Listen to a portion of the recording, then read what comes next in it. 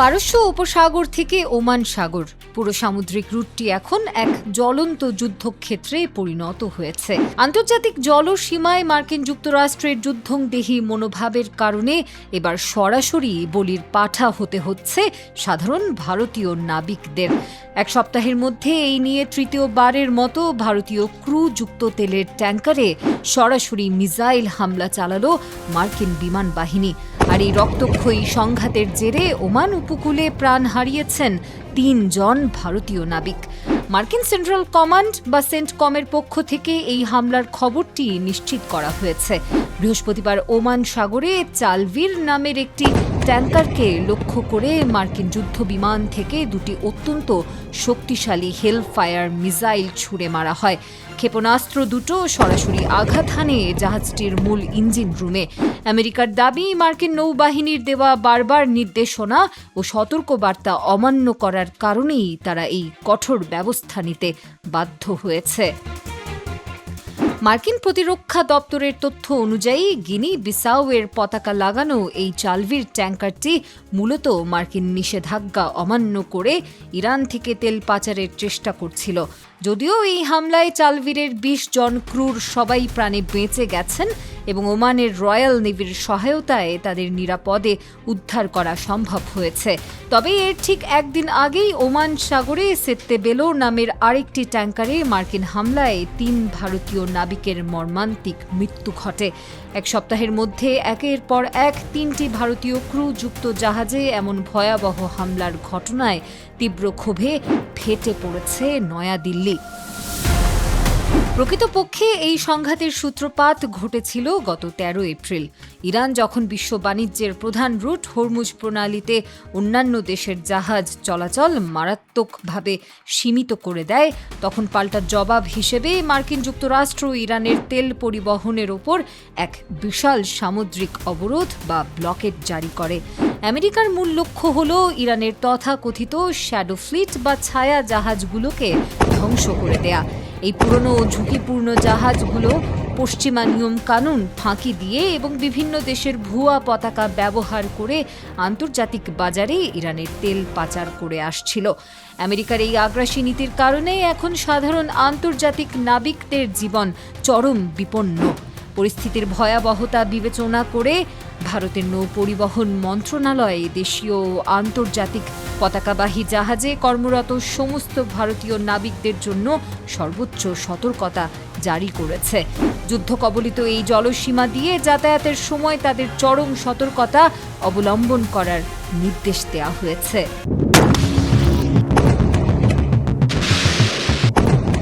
পারস্য উপসাগরের বুক চিরে বয়ে যাওয়া যুদ্ধের সেই লেলিহান শিখা আজ এক অদ্ভুত মোড় নিয়েছে।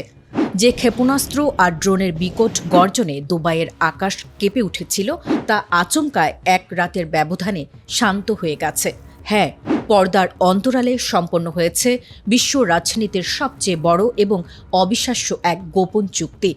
আর কোনো হামলা চালানো হবে না, এমন এক অলিখিত ও কঠোর শর্তে ইরানকে হাজার কোটি ডলারের বিশাল তহবিল তুলে দিচ্ছে মধ্যপ্রাচ্যের অন্যতম ধনী রাষ্ট্র সংযুক্ত আরব আমিরাত।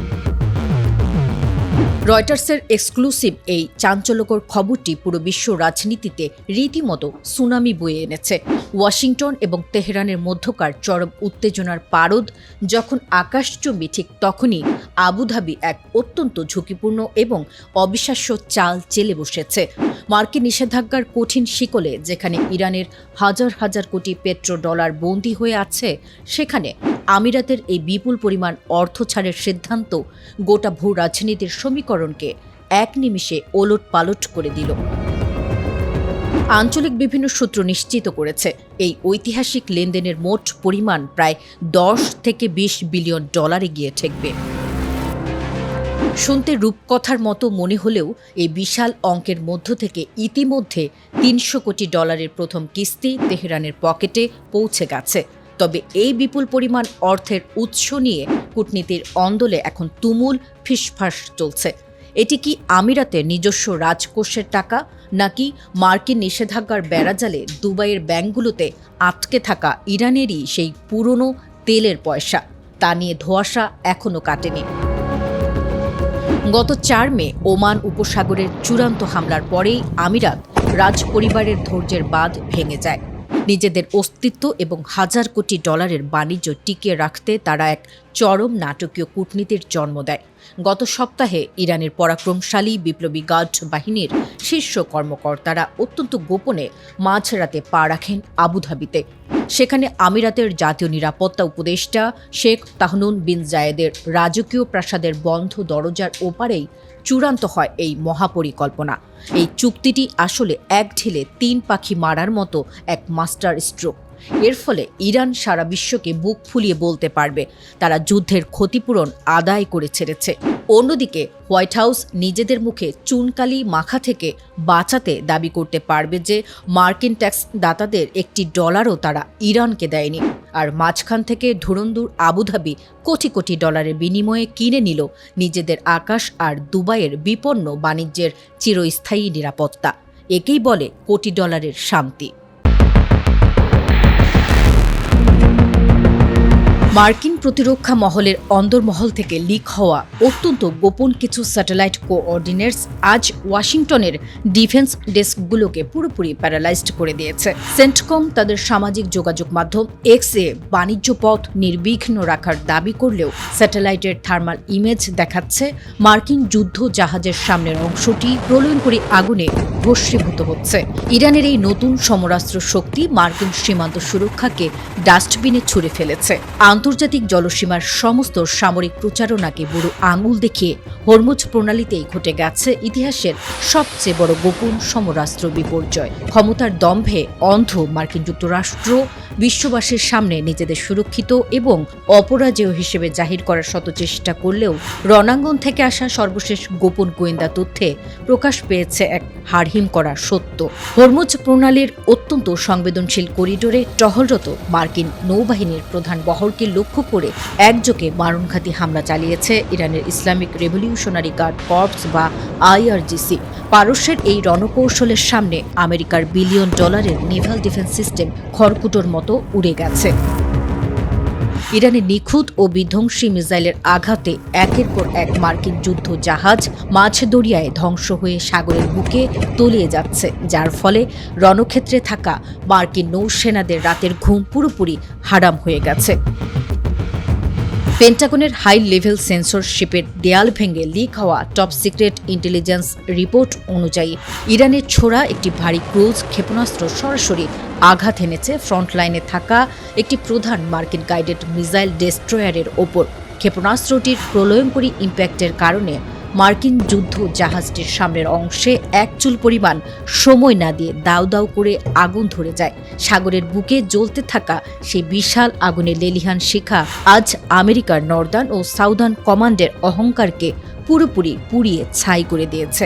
রণক্ষেত্রের প্রত্যক্ষদর্শীদের বরাত দিয়ে জানা গেছে, হামলার তীব্রতা এতটাই ভয়ানক ছিল যে মার্কিন ক্রু মেম্বাররা আগুন নিয়ন্ত্রণে আনার কোনো সুযোগই পায়নি এবং জাহাজটি আক্ষরিক অর্থেই ধ্বংসাবশেষে পরিণত হয়েছে। অথচ এই প্রলয়ঙ্করী ধ্বংসযজ্ঞের পরপরই মার্কিন সেন্ট্রাল কমান্ড বা সেন্টকম সামাজিক যোগাযোগ মাধ্যম এক্সে একটি অত্যন্ত চতুর পোস্ট শেয়ার করে।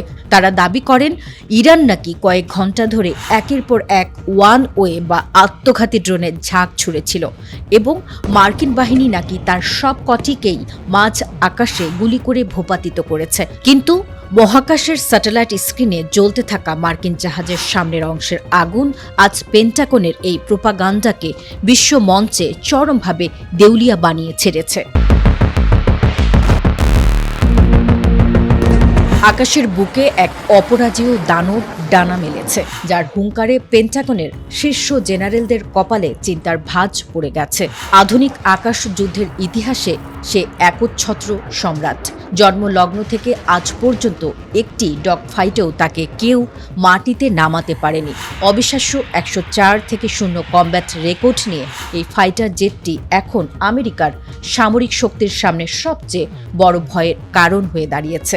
আকাশে এর অপরাজেয় রাজত্ব এবং দানবীয় ক্ষমতা বিশ্ববাসীকে স্তব্ধ করে দিয়েছে। আজকের যুগের আধুনিক বিমানগুলো যখন রাডারের চোখ ফাঁকি দেওয়ার সস্তা প্রযুক্তির পেছনে ছুটছে, তখন এই ফাইটার জেটটি তৈরি হয়েছে গতি আর বিধ্বংসী শক্তির উপর ভর করে। এর ভেতরে থাকা দুটি শক্তিশালী টার্বোফ্যান ইঞ্জিন প্রায় ৫৮,০০০ পাউন্ডের দানবীয় থ্রাস্ট তৈরি করে, যা এই বিশাল ধাতব শরীরকে শব্দের চেয়েও ২.৫ গুণ বেশি গতিতে ছুটিয়ে নিয়ে যায়। এর থ্রাস্ট টু ওয়েট রেশিও এতটাই নিখুঁত যে এটি অভিকর্ষ বলকে বুড়ো আঙুল দেখিয়ে সোজা খাড়াভাবে আকাশের দিকে রকেটের মতো উড্ডয়ন করতে পারে। এই অবিশ্বাস্য ক্ষমতার কারণে ক্লোজ কোয়ার্টার ডগফাইটে এর মুখোমুখি হওয়া মানেই নিশ্চিত মৃত্যু। তবে বর্তমান যুগের আধুনিক যুদ্ধ কৌশলে এই ঈগলকে আর শত্রুর কাছাকাছি যাওয়ারও প্রয়োজন পড়ে না। একে আপগ্রেড করা হয়েছে অত্যন্ত শক্তিশালী এইসার রাডার দিয়ে। এর ফলে পাইলট দৃশ্যমান সীমানার অনেক বাইরে, অর্থাৎ প্রায় ১০০ মাইলেরও বেশি দূর থেকে যে কোনো শত্রু বিমানকে ট্র্যাক এবং লক করে অনায়াসে ধ্বংস করে দিতে পারেন। কোনো গোপন ইন্টারনাল বে নয়, বরং বুক ফুলিয়ে ডানা জুড়ে এই ফাইটার বহন করতে পারে প্রায় ২৯,৫০০ পাউন্ডের বিশাল অস্ত্র ভাণ্ডার। একসঙ্গে ১২টি advanced air two air missile নিয়ে যখন এই হেভিওয়েট মিসাইল ট্র্যাক আকাশে ওড়ে, তখন প্রতিপক্ষের পালানোর কোনো পথ থাকে না। এই বিমানের টিকে থাকার ক্ষমতা কতটা অলৌকিক তার প্রমাণ মেলে এক ঐতিহাসিক আকাশ সংঘর্ষে। মাঝ আকাশে অন্য একটি বিমানের সাথে মারাত্মক সংঘর্ষে এর ডান দিকের পুরো ডানাটি শরীর থেকে বিচ্ছিন্ন হয়ে গিয়েছিল। যে কোনো সাধারণ ফাইটার হলে তখনই সাগরে আছড়ে পড়ত, কিন্তু এই বিমানের শক্তিশালী ইঞ্জিন আর মজবুত ডিজাইন এক ডানা নিয়েই বিমানটিকে নিরাপদে মাটিতে নামিয়ে এনেছিল। পরাশক্তিদের শতকোটি ডলারের পঞ্চম প্রজন্মের স্টেলথ বিমানগুলোর অহংকার চূর্ণ করে এই অপরাজেয় ফাইটার আজও আকাশপথের আসল রাজা হয়ে টিকে আছে। আর ঠিক এই কারণে এর গর্জনে প্রতিনিয়ত কেঁপে ওঠে।